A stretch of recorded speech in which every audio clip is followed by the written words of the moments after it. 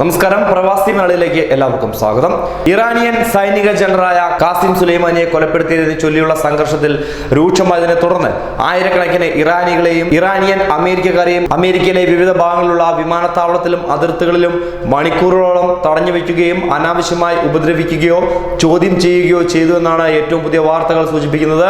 അതുകൊണ്ട് തന്നെ ഈ ഭാഗങ്ങളിലേക്ക് പോകുന്നവർ ഏറ്റവും അധികം ശ്രദ്ധ ചെലുത്തണമെന്ന് തന്നെയാണ് ഇപ്പോൾ പറയാനുള്ളത്. US കസ്റ്റംസ് ആൻഡ് ബോർഡർ പെട്രോളിങ്ങിന് തടങ്കലിൽ വെക്കാനുള്ള സ്ഥലപരിധി മൂലം ഇവരിൽ പലർക്കും US-ലേക്കുള്ള പ്രവേശനം നിഷേധിച്ചു എന്നാണ് അറിവ്. വാഷിംഗ്ടൺ സ്റ്റേറ്റിൽ ബ്ലെയിൻലെ പ്ലിക്കാർഡ് ബോർഡർ ക്രോസിംഗിൽ ഞായറാഴ്ച പുലർച്ചെ മോചിപ്പിക്കപ്പെടുന്നതിന് മുമ്പ് കുടുംബത്തോടൊപ്പം 10 മണിക്കൂറിലധികം തടഞ്ഞു വെച്ച് ചോദ്യം ചെയ്തുവെന്നാണ് ക്രിസ്റ്റൽ എന്ന 24-കാരി പറഞ്ഞിരിക്കുന്നത്.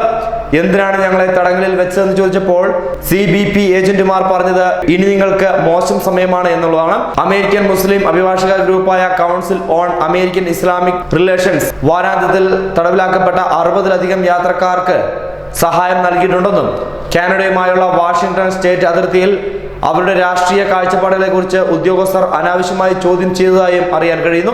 ഈ റിപ്പോർട്ടുകൾ അങ്ങേയറ്റം ആശങ്കാജനകം തന്നെയാണ്. അമേരിക്കൻ പൗരന്മാരെ നിയമവിരുദ്ധമായി തടങ്കലിൽ വയ്ക്കുവാൻ ഒരു നിയമവും അനുശാസിക്കുന്നില്ല. വാഷിംഗ്ടൺ ചാപ്റ്ററിന്റെ എക്സിക്യൂട്ടീവ് ഡയറക്ടർ മാസിൻ ഹസാലിയാണ് ഇത് പറഞ്ഞത്.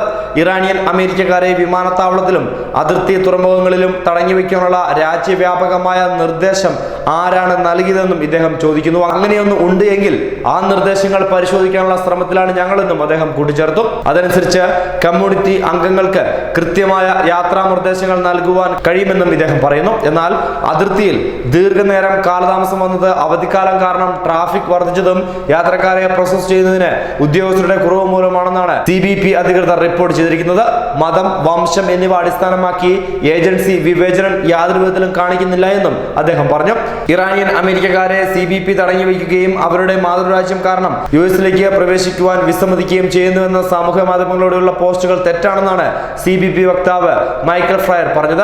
ഇറാനിയൻ അമേരിക്കക്കാരെ രാജ്യത്തേക്ക് പ്രവേശിപ്പിക്കുന്നത് തടയുവാൻ ആഭ്യന്തര സുരക്ഷാ വകുപ്പും CBPയും നൽകിയിട്ടുണ്ട് എന്നത് റിപ്പോർട്ടുകൾ തെറ്റാണെന്നും അദ്ദേഹം പറഞ്ഞു. അതിർത്തിയിൽ ഇറാനിയൻ അമേരിക്കക്കാർ നേരിടുന്ന കാലതാമസം CBPയുമായി ബന്ധപ്പെട്ടത് തന്നെയാണെന്നും ഒരു സുരക്ഷാ ഉദ്യോഗസ്ഥൻ വ്യക്തമാക്കി. അതിർത്തിയിലെ കാലതാമസത്തെ പൊതു ഉദ്യോഗസ്ഥർ അപലപിച്ചിട്ടും ട്രംപ് ഭരണകൂടം അതിരുകടന്നതായി പലരും ആരോപിക്കുന്നുമുണ്ട്.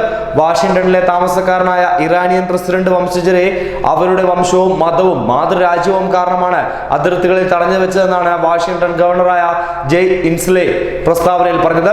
ഇത് തെറ്റാണെന്നും ഭരണഘടനാപരവും ധാർമ്മികവുമായ പ്രശ്നങ്ങൾ നിറഞ്ഞതാണെന്നും അദ്ദേഹം കൂട്ടിച്ചേർത്തു.